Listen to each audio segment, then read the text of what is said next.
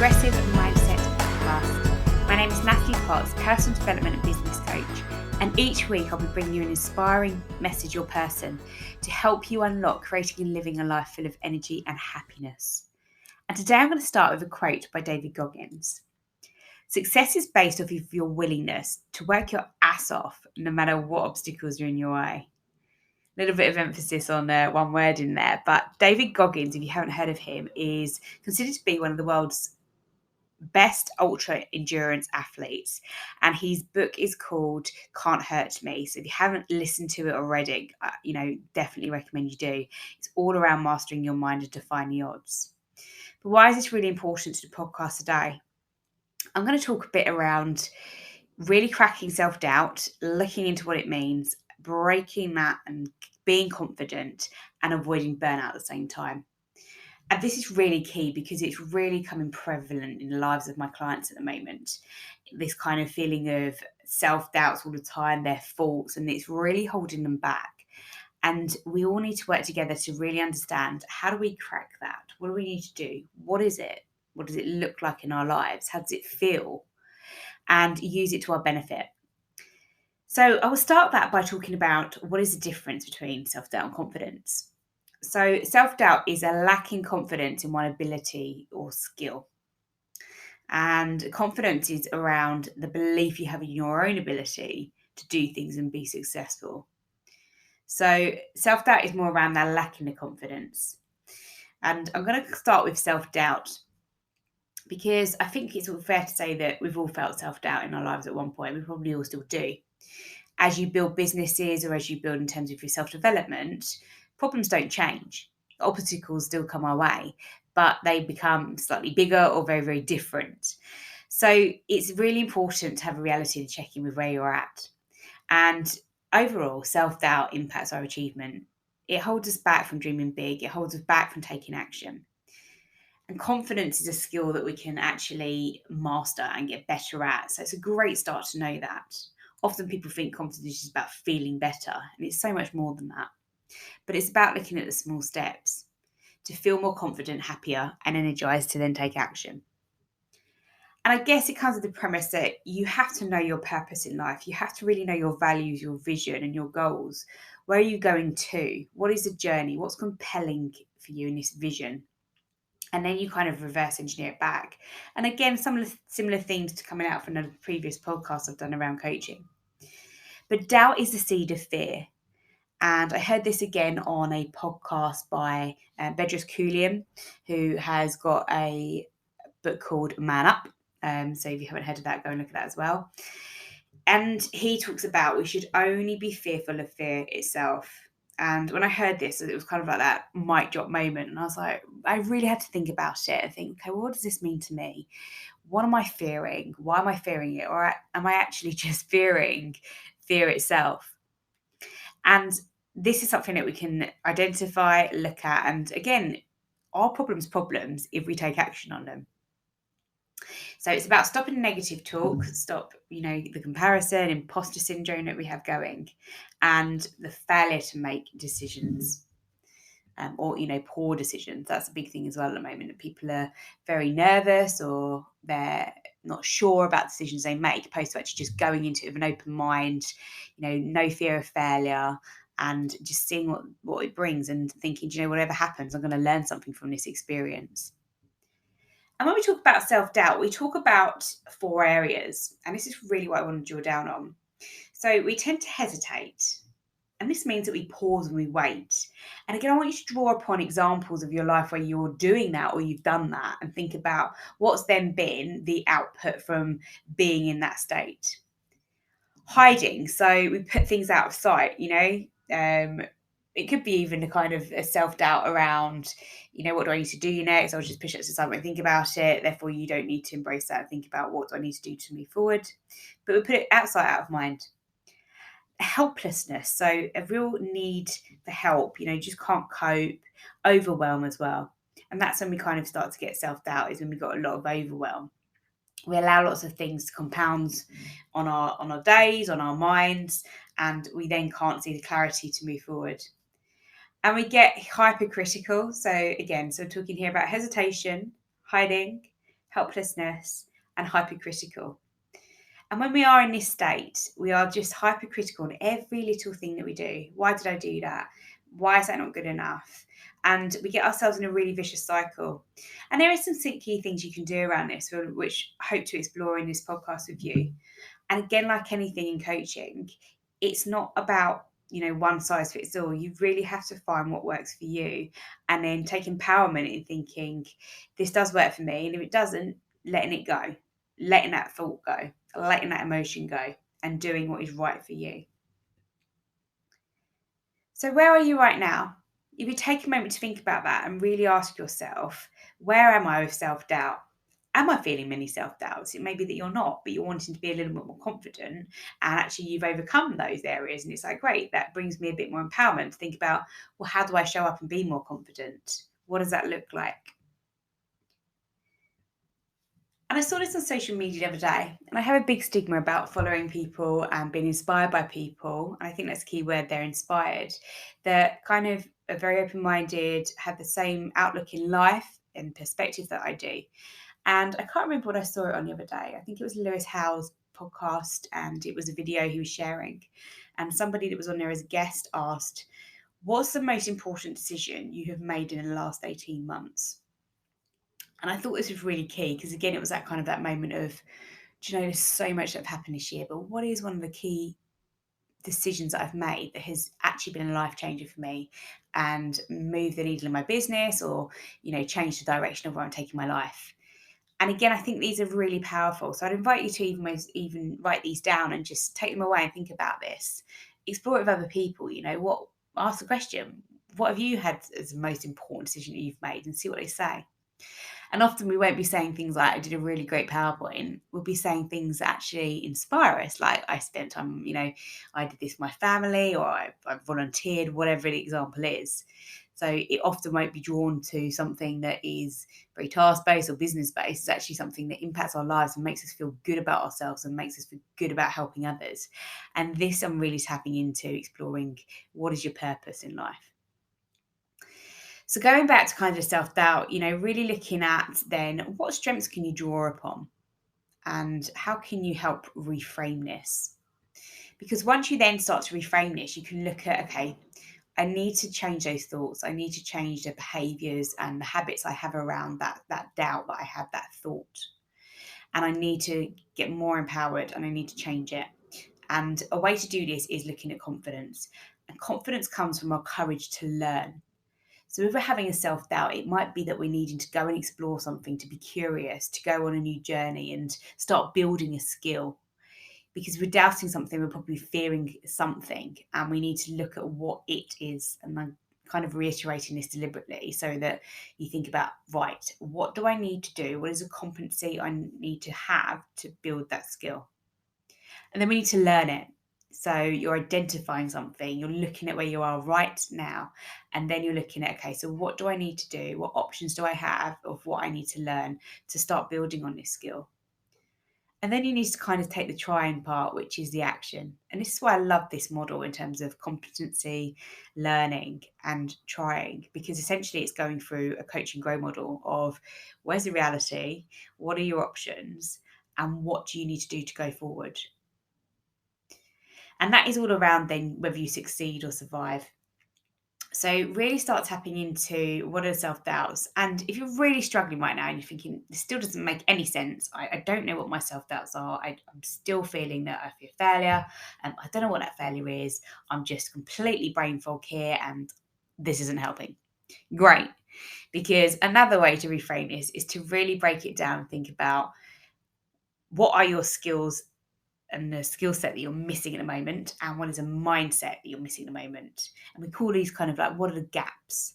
And really drill down into these. Even if it means you go and get a piece of paper and you write down all of the skills that I feel I'm not great at and want to be great at, and all of the mindset areas that I'm not great at that I want to be better at. I think this is really important because I know I do a lot of work around DISC with clients, and that looks fundamentally at your strengths. But what then has been sometimes a question is, well, it's great to look at your strengths, Natalie, but what about your weaknesses? And absolutely spot on. We have to understand exactly what are our weaknesses as well. It's not enough just to be focusing on our strengths. We have to know what we need to do that isn't great about us and how we get better at that. And one way that I've definitely found has opened my mind to the thoughts I have and the way I see life is, and again, to be more confident, is to show gratitude for everything that I have, to really practice that. And I didn't realize until I've really started doing it, probably a year down the line now, about the difference it can make. And I was very much starting by writing in my diary 3 things I was really grateful for every single morning. And then I was realizing that actually, one, this feels a bit task based. Two, I'm just adding stuff to my pad, and then that's like another thing, another thing, another thing. So actually, it was not having the effect I wanted. Whereas I was like, well, why can't I just go for a walk in the morning? And why can't I just be grateful for the fact that I can do that, for the fact that I can get up out of bed every morning, for the fact that I can go to the gym when I want to, for the fact that I have an amazing family around me and an amazing friends network and an amazing business network. Those are types of things I need to be grateful for, and just start thinking about them, saying them out loud. So start by practicing gratitude, and again, explore what works for you. It might be that a diary does work for you and you want to do that every single evening. Putting yourself into the stretch zone. So I was talking with someone around this the other day, and they were saying, what do you do and how do you get out of your comfort zone? And I said, one thing for me is recognizing that I am very confident in most areas in life. I seem to have an attitude of just go for it. I don't know whether that stems back from, my drama days, my drama degree, where I was just kind of, I would love to rock up on a stage and just improv quite a lot. It was just my gig. I enjoyed it. I loved the buzz you got from it. I loved the energy that came from the room. And I loved the fact that I just almost put myself as, it wasn't me, it was somebody else. And it was kind of that act as if moment. So I know for me that getting in my stretch zone is about putting myself in situations where I'm almost out on stage. I'm out there in front of people and I'm probably not sure on what I'm doing. I'm just going with it and I'm trusting my intuition, my skill set, my knowledge, and I'm just going for it. And then I'm going after it and thinking about what could have gone better with that and what went really well. Often I'll dwell on that could have gone really well, if I just did X, and I get a little bit frustrated, but then it's a good frustrated because it makes me take action. A little bit like stress sometimes. We need to work out when stress is good for us versus when it's not good for us. And one thing as an example that I do is, or I have done, is photo shoots in the past. So I've gone in shape, I've yo-yoed in and out of shape for the last 5, 6, 7 years. Goodness knows how long now. And I have definitely found that doing the shoots puts me at complete, absolute nerves, like literally shaking to the point where I'm like, I can't even have a coffee in the morning because it's going to mess up my shoot. So yeah, and just really feeling on edge almost when you're in strange, this sounds very odd now, but you have to get in different positions for a pose for a camera shot. It feels really abnormal when you're doing it, but when you get the shot, it looks, I can say phenomenal. Why not? I'm proud of myself. So it looks great. So I have to put myself into that environment, and I'm really big on making sure it's just a photographer myself. Like I could have nobody around the room as well watching because it would just make me even more nervous. So I like the fact that I've recognised different areas what I need to do. And I know that another one going forward for me in the development area is about public speaking. And again, don't get me wrong, I'll jump on stage, but jumping on stage and selling or pitching, presenting your story and what you do is very, very different from just getting up and doing a bit of improv drama. So I really want to get better at that. And that's definitely a development area I'm doing myself. And in terms of being confident, I know I've touched on a little bit there around the negatives we need to look on as well, but don't push aside the strengths. Make sure you do know what you are great at. Have a real clarity in your vision. So be really, really crystal clear on where you're going. And it's important about being in the moment, but really be clear on what's driving you. What is your big goals? And I always have goals around I have 10-year goals, I have 18 months, 12 months, and 6 months, and for a week. I don't really go 3 months. I do go 6 months, but I do definitely go 4 weeks. And because that's what I work with my coach, so it feels fitting to do that. And I've done different things in the past. But I'm really, really clear on where I want to be at certain points in my life. I've done those kind of letters backed, from pretending I'm 75 and writing my life to my grandchildren. I've done things like, what if I was 18 again? What would you tell your younger self? So all these different types of tools and ideas you can explore to really help you getting a real compelling vision that means something to you. I believe you can. So you have to really believe in that vision and knowing where you want to get to. And that takes time, believing in yourself. You can look in the mirror each morning and think, I'm not this, I'm not that, I'm not perfect, I'm not enough. When actually you need to let those kind of thoughts go and to focus on believing that you can do this. You need some support around you, you need a different outlook and perspective, and you need a bit of a shift. And I think with that, you have to reflect. Reflect on something that you're really proud of. And I was sharing this with people the other day when I did a webinar. And one of the key moments for me in the last year, drawing back to that question, kind of, in the last 18 months to a year, what have you achieved? And the best decisions you've made. And one of the things I achieved last year was winning my CPD award. And this was a monumental moment for me. And I think I've shared a bit about it before, but it was really important to me because my parents have really not seen what I've done with coaching since I, started, in terms of knowing what I do. So it was always kind of like jokes that you're into that self-development stuff, or, shizzle, as my mother says, aka shit. I will swear. But yeah, jokes obviously, but I am really into self-development. I love reading books. I just get such a lot from them. I'd rather read a book than probably binge watch Netflix for 5 days. But, not that I don't watch Netflix, I do. But I love reading books and I love listening to audibles and finding out and learning more and thinking, I've never seen things like that way. And it challenges me to think in a different way. So I was thinking about something I've accomplished, and it was definitely around the award because it was an opportunity to take my parents to see what I do and to see their faces and an immense pride, and to see, I don't think it was that they're vulnerable, but my mum's going to be laughing at this, bless her, but very much like wow, this is completely not what we had an idea you were doing, or very different environment to anything that they'd experienced. So yeah, that was definitely something that I was proud of. And I always draw upon it when I'm like having one of those days where it's like, oh, this is really hard. Why am I doing what I'm doing? Maybe I should just give up now. And we all have those days. I don't have loads of them, but I do have some where I think, blimey, I'd just love to just chill and not think of anything today. But actually, you've still got to show up. And see courage as a gift. So, it's that courage to see fear as a gift. Sorry, a better way to put it. And stop comparing yourself. So again, that imposter syndrome of I'm not good enough, I'm not there yet, and they're doing so much more than me, I should be doing that. And when I was talking with someone this week about that, I was like, you waste so much energy thinking of those thoughts and comparing yourself. Why would you just not do it and put the energy into going and doing the next steps you want to do in your business and the actions that you have? Why do we invest so much time in stuff that we know isn't going to bring us anything, any happiness or success? So I think, I'm joking at it. We all do it.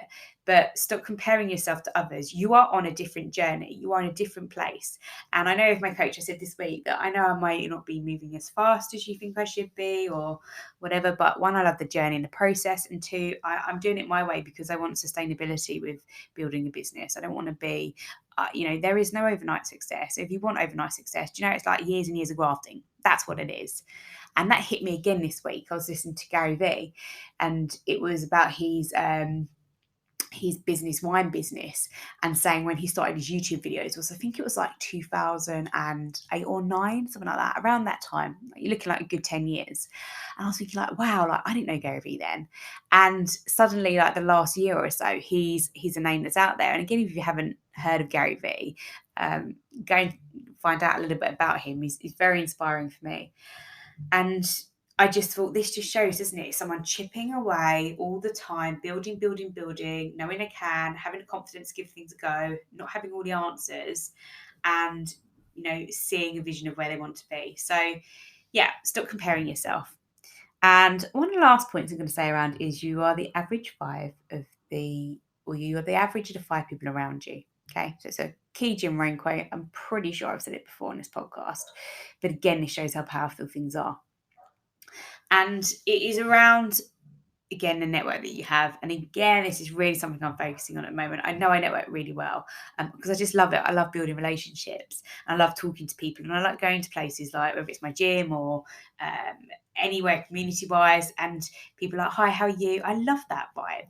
So really focus on the people around you. If they're draining your energy, if they're not believing in you, if they're saying negative things that are causing you to doubt what you do or where you want to be, then you really need to challenge yourself to, if they're the right people in your life. And there's a complete difference with somebody that challenges you from kind of an unconscious position and says, like, have you thought this way, or becomes devil's advocate. That's completely different. It's people that pull you down. It's people that say negative things about you. You don't get it. You're not this. Well, you're thinking too big, or, well, you're never going to really get that, are you? Or do you really think that can come true? All they're doing is putting their self-doubt onto you. And everybody is limitless. And I love that saying. And it's something that I'm working with my nutritionist, is how you become limitless in kind of creating a lifestyle of having health, fitness, everything. And it takes time.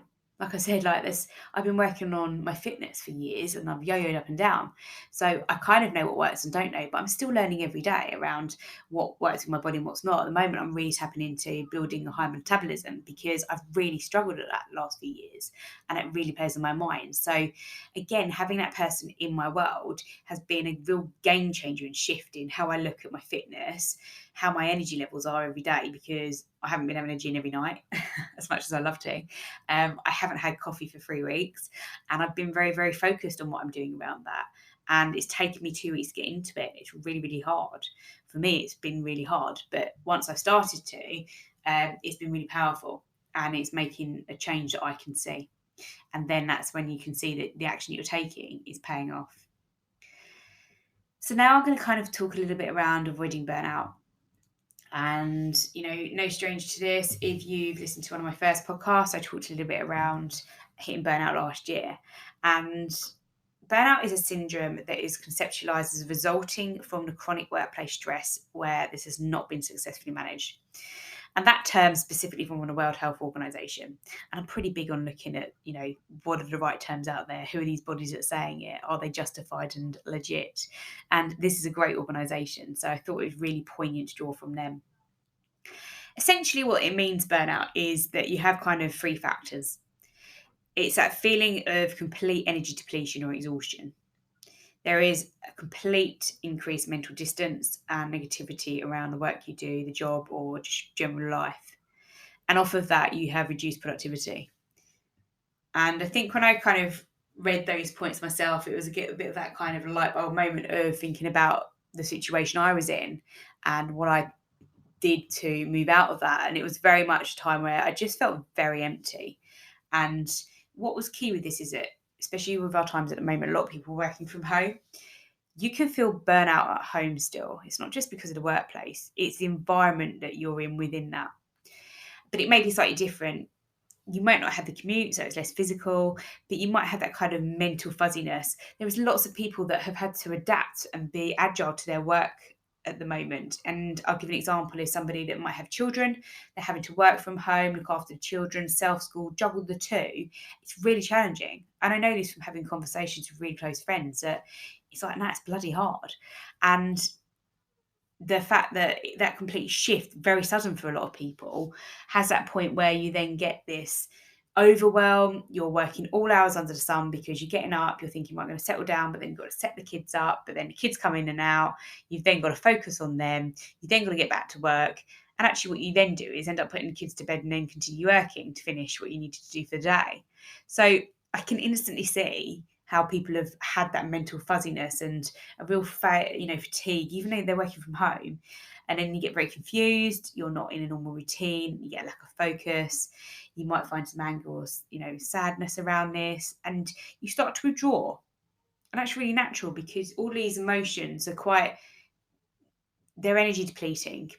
And again, it goes back to that kind of term around the burnout. And you feel just a lack of control. People like structure. They like to know what they've got to achieve. They like to know an expectation.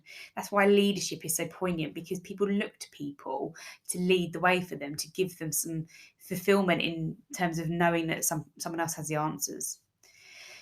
So I thought this was really key to draw upon because it's poignant to now, and it's about helping people get through what are some challenging times. I'm feeling confident that they can do that. So again, so moving on, how can you prevent this?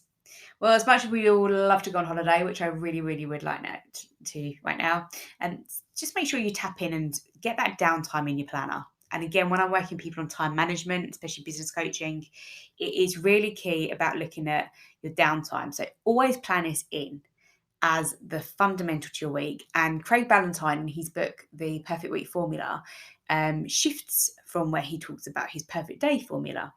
And in his perfect day, he's more around, look at work, and get up early, set the day. In the perfect week, he completely shifts everything. And he says, actually, if I rewrote this now, I would focus more on the perfect week being the ideal opposed to perfect day. And I thought that was really key to take away. And it's changed how I've looked at my planner. So when I do my planning on a Sunday, I work out all of my downtime. When am I seeing my friends? When am I seeing my family? When am I going to the cinema? When am I doing my fitness? And that kind of me time. And then I plan in work and everything around it and my other commitments. But if I don't get that in, I literally will sacrifice it and I won't do it. The same as sleep. I've really been focusing on sleep. So do a wellness check. Where are you with exercise, sleep, and diet? And there are some quite frightening statistics that I've heard out today, actually, as the UK joins back to the gyms since lockdown. And it has been really kind of a reflection on how we eat, how we should be training, and what level of fitness we should be at. And most people don't even kind of get in 10,000 steps a day. And for me, that's definitely something I have has to happen. It's a non-negotiable in my life.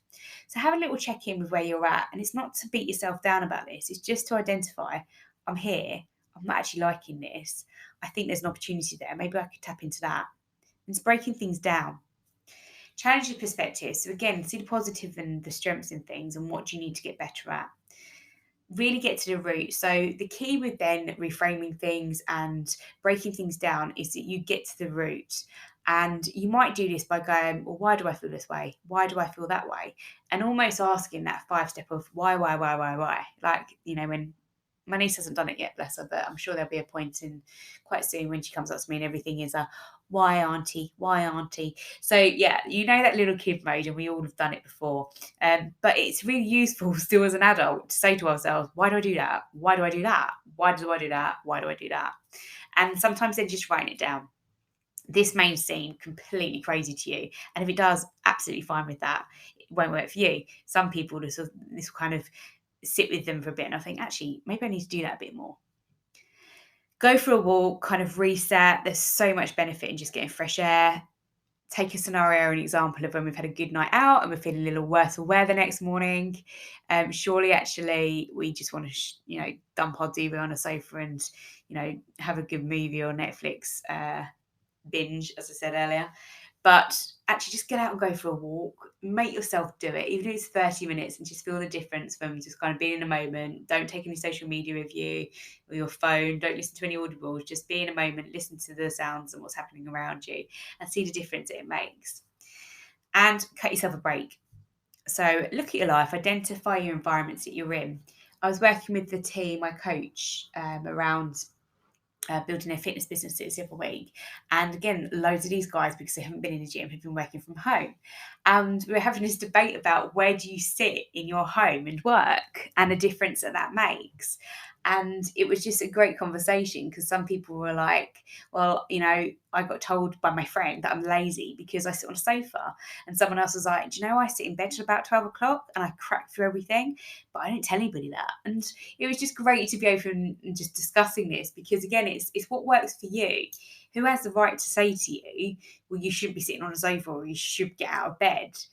You have to find what's right for you. Now, I'm quite big that I like to, do a 5, 4, 3, 2, 1 and jump out of bed every morning because I like to get going.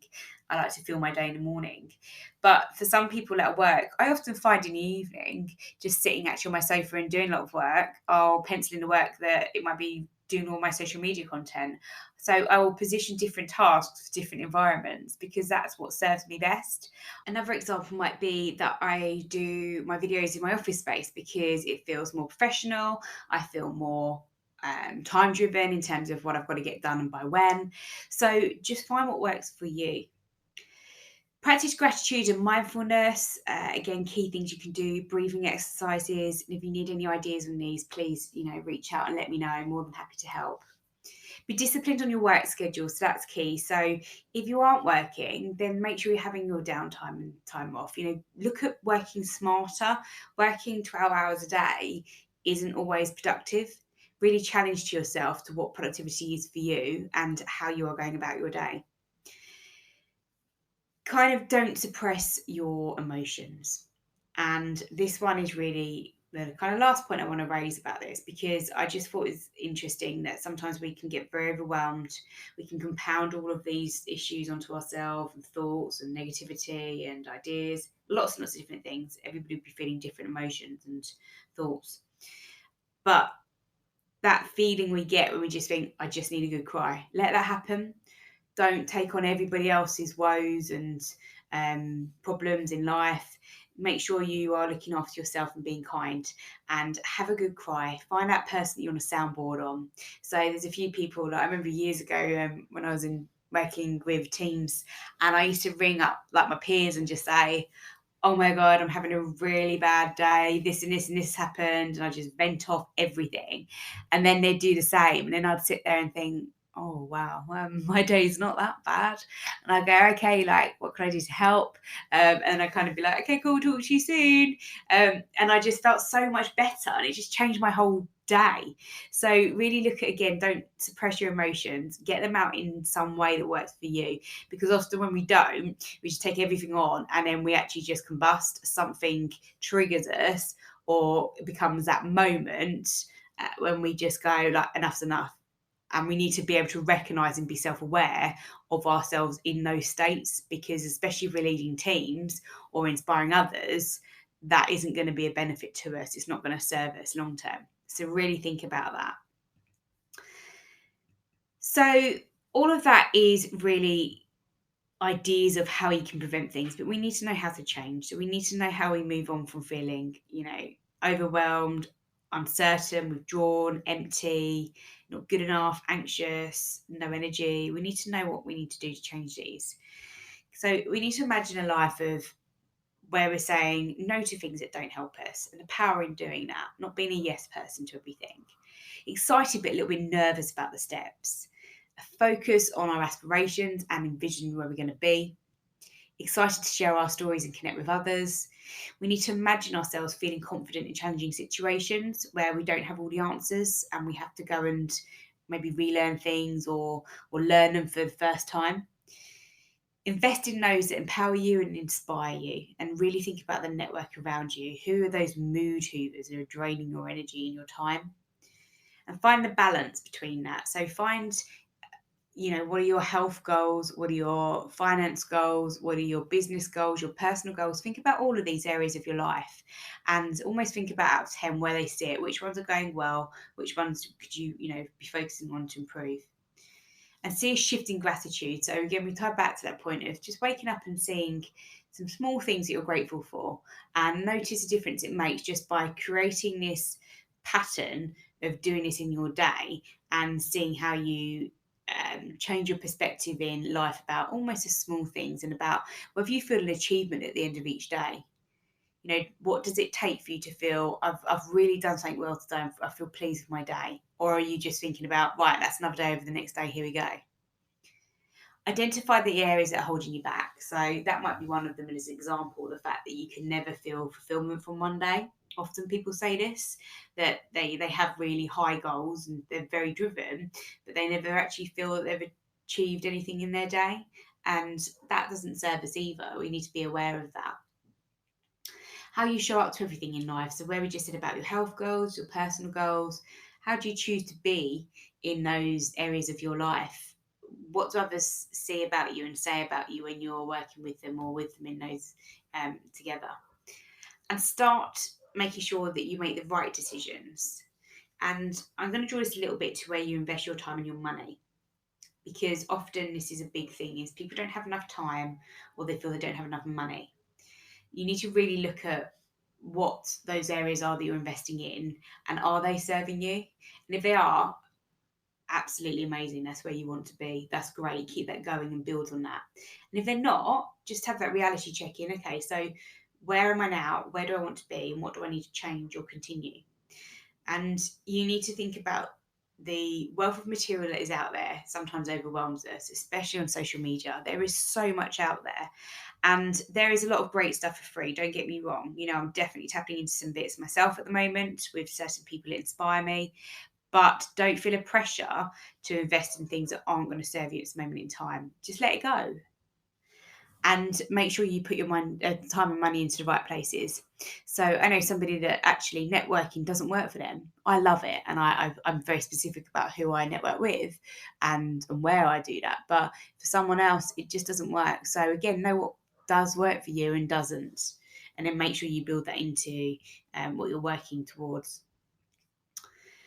And then just make the right decisions. All of these ideas will help you to that, but trust your intuition with things, trust yourself in making the right decisions, and trust yourself in being able to make a decision if it doesn't go to plan with how you want as well.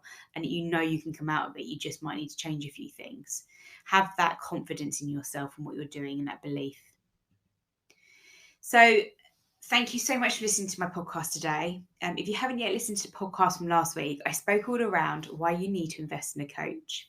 So it was great to speak today and share my ideas on kind of self-doubt, the confidence, and avoiding burnout, and kind of bring them all together. And I'd love it if you could reach out to me. So I'll put a little link into last week's episode, so it's in the description. But please connect with me on social media. I'm at Natalie Potts Coaching everywhere, apart from my Facebook community, which I'm building. It's called Living a Vibrant Life. So I'd love to see you on there. And I want to hear from you. So drop me a question, share this episode with someone if it's been of use to you, or if it hasn't, but it could be of use to someone. I really appreciate that. And make sure you leave a review. So I love hearing what you say, whether it's constructive feedback or amazing feedback. I'm really open to that, because it helps me to improve every single day as well. And I'll leave this kind of with you here. So let's go as normal. Let's take some action. Have a great